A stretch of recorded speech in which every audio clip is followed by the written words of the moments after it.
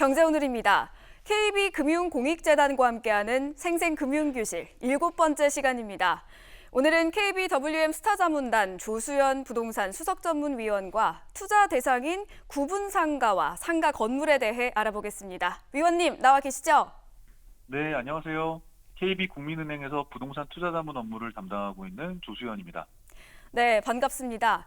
구분상가와 상가 건물은 둘 다 현금 흐름을 만들 수 있는 투자 대상인데 어떤 공통점을 갖고 있나요? 네, 둘의 공통점은 수익형 부동산이라는 점입니다. 투자하면 수익이 발생하게 된다는 의미입니다. 많은 투자자들이 주식이나 채권 외 부동산 같은 대체 상품에도 일정 비율을 투자해서 전반적인 위험을 회피하려고 하죠. 그래서 꾸준한 관심이 필요한 그런 영역입니다. 이런 수익형 부동산에는 우리가 잘 알고 있는 부분 상가와 오피스텔, 지식산업센터, 그리고 상가 건물까지 모두 포함됩니다. 네, 둘 다 수익형 부동산에 포함되지만 차이점도 있을 것 같아요. 네, 소유 형태가 다르다는 점이 차이점입니다. 부분 상가는 집합 건물 중 하나의 구획을 갖는 상가 점포를 뜻하죠. 반면 상가 건물은 토지와 건물이 하나의 소유로 이루어진 상가 용도의 부동산을 일컫습니다. 네, 투자자의 입장에서는 수익률도 궁금할 것 같은데요. 수익형 부동산의 거래 가치는 수익률에 의해서 결정됩니다. 따라서 수익형 부동산에 투자할 때 발생하는 현금 흐름과 수익률의 상관관계를 이해하여야 합니다. 예를 들어서 한 상가에 1년간 발생하는 수입이 1억 2천만 원이고 지출이 2천만 원이라고 가정한다면 해당 상가의 한 해 수익은 1억 원이 되겠죠. 이때 투자자가 10%의 수익을 기대한다면 해당 상가의 기준 가치는 10억 원이 될 것입니다. 그런데 시장에 아무리 찾아봐도 10%의 수익률을 내는 상가를 찾는 건 쉽지 않잖아요. 이런 정보를 수용해서 5%로 기대 수익률을 낮췄다면 해당 건물의 가치는 20억 원으로 바뀌게 됩니다.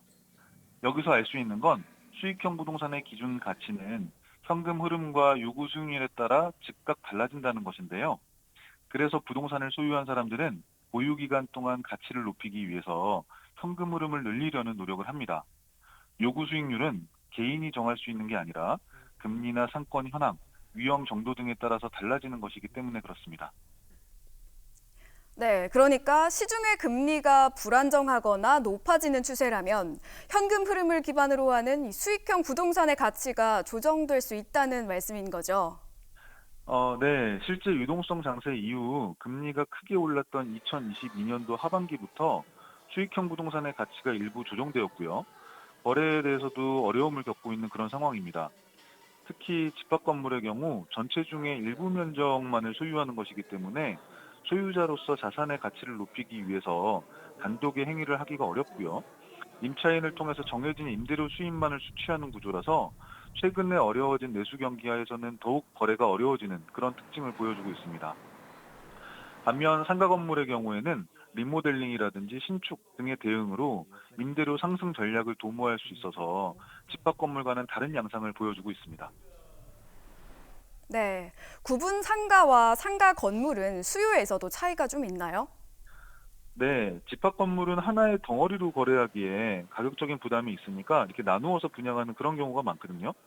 따라서 수분양 타겟이 소액 투자를 대상으로 하는 경우가 일반적이고 그 규모가 적게는 2, 3억부터 많게는 30억 이내에서 상품이 보통 기획이 됩니다.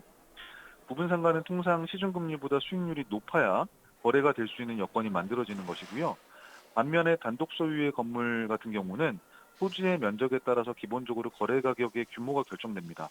그리고 건축물의 노후도나 활용 정도와 임차 구성의 수준도 그 가치와 거래에 영향을 줄 수 있습니다. 네, 끝으로 수익형 부동산 투자 시 좋은 물건을 고르는 법이 있다면 알려주시길 바랍니다. 네, 은퇴 연령이 낮아질수록 내가 가진 자산을 어떻게 배분해가지고 안정적인 현금흐름을 만들어낼 수 있을까 이런 고민이 커질 것입니다. 먼저 수익형 부동산 영역에서는 금액대별로 투자의 유형을 구분할 필요가 있는데요.